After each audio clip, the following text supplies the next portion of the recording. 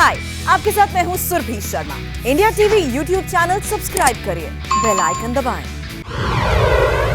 बात बिहार के पासवान खानदान की। लोक जनशक्ति पार्टी में रामविलास पासवान के चश्मो चिराग के खिलाफ बड़ी बगावत हो गई। 6 में से 5 सांसद चिराग को छोड़कर चाचा पशुपति पारस के साथ चले गए हैं। पारस को संसदीय दल का नेता चुन लिया गया।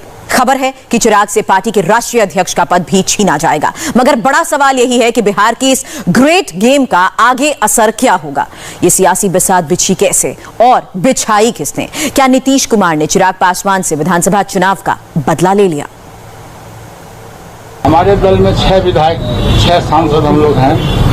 5 सांसद की इच्छा थी 6 महीना से कि हमारी पार्टी का अस्तित्व खत्म हो रहा है, इसलिए पार्टी को अब बचा लीजिए।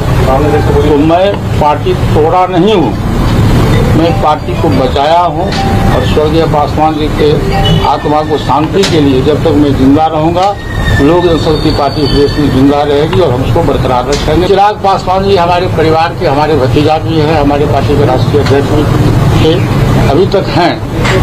मुझको कोई आपत्ति नहीं है, दल में रहे, मुझको कोई आपत्ति नहीं है। मुझको चिराग पासवान से कोई शिकवा शिकायत नहीं है। मैंने स्वयं आपको कहा कि मैं पार्टी तोड़ा नहीं हूँ। पार्टी ओरिजिनल पार्टी लोक जनशक्ति पार्टी है, कि लोक जनशक्ति पार्टी रहेगी, उसको चिराग पासवान जी आगे रहे। जो लोग भी किसी कारण बस नाराज होकर हमारी पार्टी से चले गए, मैं सभी लोगों से माफ़ी मांगता हूं और सभी लोगों से आग्रह करता हूं कि वो लोग आए हमारे पार्टी में सहयोग करें, पार्टी सदस्यता ग्रहण करें और जैसे पार्टी चलती थी पासवान जी के समय में, वैसे पार्टी दिन प्रतिदिन आगे बढ़े। हमारा संगठन था, है और भविष्य में रहेगा। मैं एनडीए गठबंधन के साथ में, मैं एनडीए में के साथ था और मैं आज भी हूँ। मैं गठबंधन में रहूँगा, गठबंधन धर्म का पालन करूँगा। जहाँ तक बिहार सरकार की बात है, तो हमारी जो सोच है, हमारा जो ये है, इसके मुताबिक मैं बिहार के मुख्यमंत्री श्री नीतीश कुमार जी को मैं अच्छा लीडर मानता हूँ, विकास पुरुष में मानता हूँ। ये बिहार का ग्रेट पॉलिटिकल सर्कस है। पॉलिटिक्स के पावर प्ले का सुपर ओवर है। इसमें इमोशन भी है, रिलेशन भी है, एक्शन भी है और रिएक्शन भी। लोक जनशक्ति का चिराग चाचा के दरवाजे पर इंतजार करता रहा, गाड़ी का हॉर्न बजाता रहा। चिराग खुद इस गाड़ी को ड्राइव कर रहे हैं और पिछले 4 मिनट से वो हॉर्न दे रहे हैं, लेकिन इस घर का गेट नहीं खुल रहा है। और यहाँ पर जो उनके चाचा है रामचंद्र पासवान, कुछ देर पहले ही वो यहाँ से निकले हैं। दरवाजा खुलने में 10 मिनट से भी ज्यादा लगा। दरवाजा खुला भी तो चिराग अंधेरे में ही रहे। चिराग के पिता रामविलास को सियासत का मौसम विज्ञानी कहा जाता था, मगर खुद चिराग अपने भीतर ये विज्ञान विकसित नहीं कर पाए। पशुपति पारस उनकी एंट्री से पहले ही पिछले दरवाजे से एग्जिट ले चुके थे। चिराग पासवान हालांकि हैं तो घर के अंदर, लेकिन वो इंतजार कर रहे हैं अपने चाचा पशुपति पारस का। पशुपति पारस घर के अंदर नहीं है, उनके आने के पहले ही पशुपति पारस निकल गए हैं। और ये जो आप देख रहे हैं, ये शीशा देख रहे हैं, इसके ठीक पीछे चेयर लगी हुई है जहाँ पर चिराग पासवान बैठे हुए हैं और साथ में राजू तिवारी है जो उनके साथ आए थे, गाड़ी में खड़े हैं। आपको नजर आ रहे होंगे लगातार राजू तिवारी फोन पे बात कर रहे हैं और ये पशुपति पारस से बात करने की कोशिश की जा रही है कि ये बताने की कि चिराग आपके घर पर हैं, आप आइए और उनसे बात करिए। लेकिन अभी तक मुलाकात नहीं हो पाई है। चिराग पासवान के आने के कुछ देर पहले ही पशुपति पारस इस घर से निकल गए थे। उनको अंदेशा था, उनको पता चल गया था चिराग पासवान उनसे मिलने के लिए, उनको मनाने के लिए आ रहे हैं। और इस स्थिति से बचने के लिए, आमना सामना न हो, इससे बचने के लिए पशुपति पारस निकल गए और जो चिराग पासवान का जो इंतजार है वो और लंबा होता जा रहा है। पिता की मौत के बाद लोक जनशक्ति की बागडोर चिराग के हाथ आई। चिराग ने दिखाया कि उनके सर पर मोदी का हाथ है। बिहार चुनाव में मोदी से बैर नहीं, नीतीश की खैर नहीं बोलकर चिराग अकेले ही मैदान में कूदे। तकनीकी तौर पर यह उनकी एनडीए से दूरी थी। बीजेपी इस रस्साकशी पर खामोश थी, मगर बिहार में चिराग का दांव चला नहीं। एनडीए में एलजेपी सस्पेंडेड एनिमेशन में आ गई। सियासत में संख्या बल हो तो सत्ता से दूरी बेचैन करती है। बड़े पासवान के जाने के बाद उनकी जगह खाली है। पशुपति पारस को आज उनकी कमी खल रही है। मेरा दुर्भाग्य ही कि हमारे बड़े भाई और छोटे भाई दोनों हमको छोड़ के चले गए। मैं अकेला महसूस कर रहा हूँ, मैं अकेला रह गया। आइए अब पॉलिटिक्स भी समझिए और डायनामिक्स भी। एलजेपी के पास लोकसभा में चिराग समेत 6 सांसद हैं। 5 सांसदों ने रविवार को ही लोकसभा अध्यक्ष ओम बिरला से मुलाकात की। लोकसभा अध्यक्ष को चिट्ठी देकर बताया गया कि लोक जनशक्ति संसदीय दल के नए नेता पशुपति पारस चुने गए हैं। महबूब अली कैसर उपनेता और चंदन सिंह को चीफ व्हिप चुना गया है। लोकसभा अध्यक्ष से पशुपति पारस समेत इस नई व्यवस्था को मान्यता देने की मांग की गई। आप कह सकते हैं कि चिराग अब अकेले पड़ चुके हैं। नीचे से पार्टी खिसक गई है। एनडीए की बिग ब्रदर बीजेपी से भी किसी मदद की उम्मीद बेमानी है। हमारा जो राष्ट्रीय नेतृत्व है और मंत्रिमंडल में कौन शामिल होगा नहीं होगा, ये प्रधानमंत्री जी का विशेषाधिकार है, तो वो तय करेंगे। और केंद्र की राजनीति में लोजपा के स्वर्गीय रामविलास पासवान जी जब तक जिंदा रहे, मंत्री के रूप में रहे, तो केंद्र में तो हमारे साथ वो सरकार में रहे हैं। लेकिन बाद में उनके निधन के बाद सारा कुछ वहाँ ठहर चुका था। तो जो नई परिस्थितियां बनी है उस पर राष्ट्रीय नेतृत्व एवं माननीय प्रधानमंत्री जी निर्णय लेंगे कि आने वाले दिनों में उनके साथ हम सबों का संबंध क्या और कैसे रहेगा। अच्छा, अभी जो कुछ भी हुआ है, जो नाराजगी थी सांसदों की, उसकी एक सबसे बड़ी वजह ये बताई जा रही है कि विधानसभा चुनाव के समय जिस तरह से चिराग ने जेडीयू के खिलाफ चुनाव लड़ने का फैसला लिया, एनडीए से बाहर आ गए, इन सारी वजहों से नाराजगी थी। आपको भी क्या लगता है कि जो फैसला चिराग ने लिया उस समय वो गलत फैसला था? हाँ, निश्चित रूप से वो फैसला गलत था, लेकिन वो अपने दलीय आधार पर कुछ भी निर्णय ले सकते हैं।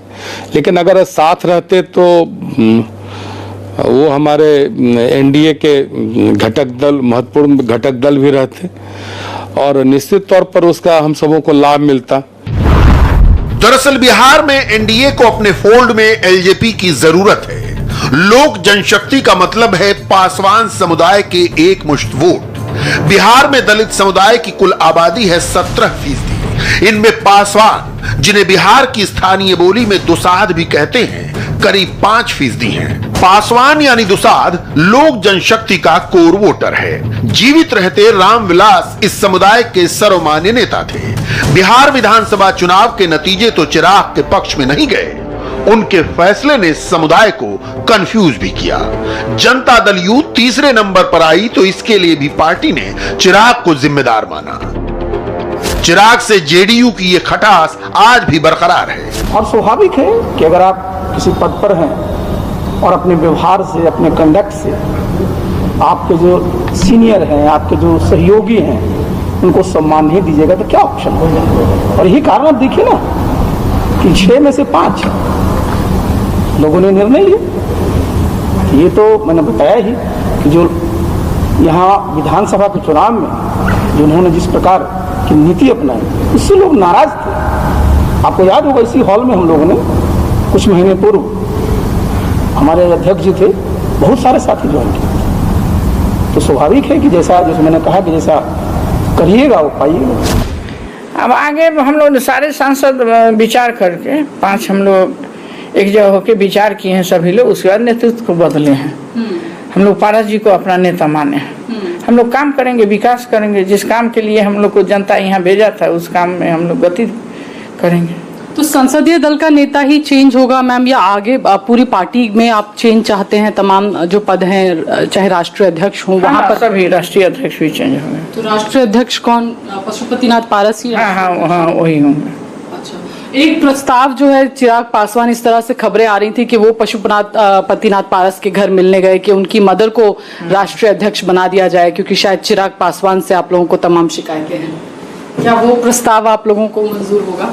वो प्रस्ताव हम लोग के पास आया नहीं, देखे टीवी अभी चल रहा है तो उसे न्यूज में देख रहे हैं। मगर सब कुछ के बावजूद नीतीश कुमार और बीजेपी दोनों को पासवान वोटों की दरकार है। मंत्रिमंडल विस्तार में चिराग को शामिल करने की बात चली, मगर जेडीयू ने इस पर कड़ा ऐतराज जताया। बताया जाता है कि मौजूदा गेम की बिसात जेडीयू ने ही बिछाई। एक ही तीर से चिराग दरकिनार हो गए और एलजेपी की घर वापसी का रास्ता साफ हो गया। चर्चा है कि अब मंत्रिमंडल विस्तार में चिराग की जगह पशुपति पारस मंत्री बन सकते हैं। इस ग्रेट गेम के बहाने आरजेडी को नीतीश पर हमले का मौका मिला, जबकि जेडीयू इसके पीछे अपना हाथ होने से इनकार कर रही है। स्क्रिप्ट पारस जी की तो है नहीं, अब स्क्रिप्ट आ रही है एक अन्य मार्ग से, और एक अन्य मार्ग में 40 सीट वाले मुख्यमंत्री सोच रहे हैं कि बीजेपी के पास कुछ तो बताएं, देखो उतना कमजोर नहीं हूं मैं। ये उनकी राजनीति का हिस्सा है, और ये सृजनात्मक राजनीति तो कतई नहीं है। जो व्यक्ति इस राजनीति में भरोसा करने लगे, मैं समझ रहा हूं कि उनके अंदर अब कुछ भी नहीं बचा है बिहार को देने के लिए, चाहे रोजगार हो, चाहे स्वास्थ्य व्यवस्था हो, कानून की व्यवस्था हो, तमाम चीजें हैं। आने वाले दिनों में देखते रहिए। ये एलजेपी का आंतरिक मामला है, इसमें ना हमारी कोई भूमिका है ना हमारा कोई दखल है, लेकिन चूंकि मामला एनडीए से जुड़ा हुआ है और बिहार से जुड़ा हुआ है, इसलिए जो पशुपति पारस ने जो सवाल उठाए हैं वो बहुत महत्वपूर्ण सवाल है। पिछले विधानसभा चुनाव में जिस तरह से नीतीश कुमार जी और जेडीयू को कम करने का, बिलिटिल करने का प्रयास किया गया था, उसको लेकर के भी एलजेपी में नाराजगी थी। आइए अब लोकसभा में एलजेपी की मौजूदा स्थिति समझ लीजिए। लोकसभा में इस वक्त एलजेपी के 6 सांसद हैं। चिराग पासवान सांसद जमुई, रामविलास पासवान के छोटे भाई पशुपति कुमार पारस सांसद हाजीपुर, रामविलास पासवान के भतीजे और दूसरे भाई स्वर्गीय रामचंद्र पासवान के बेटे प्रिंस राज सांसद समस्तीपुर, कांग्रेस के पूर्व प्रदेश अध्यक्ष रहे चौधरी महबूब अली कैसर सांसद खगड़िया, बीजेपी की पूर्व विधायक वीना देवी सांसद वैशाली, बाहुबली सूरजभान सिंह के भाई चंदन सिंह सांसद नवादा। एलजेपी ने बिहार विधानसभा चुनाव में केवल बेगूसराय के मटिहानी से 1 सीट जीती थी। वो विधायक राजकुमार सिंह भी बाद में जेडीयू में शामिल हो गए। फिलहाल बिहार में तो एलजेपी में चिराग तले अंधेरा ही था। चिराग पासवान के एक तरफा फैसलों से भी पार्टी में असंतोष था, और ये असंतोष इस मकाम तक जा पहुंचा। भतीजे चिराग अलग थलग पड़ गए और पार्टी चाचा के साथ चलती बनी। हाय, आई एम सुरभि शर्मा। खबरों से अपडेट रहने के लिए India TV YouTube channel subscribe करिए, साथ में बेल आइकन जरूर दबाएं। जुड़े रहें इंडिया टीवी के साथ।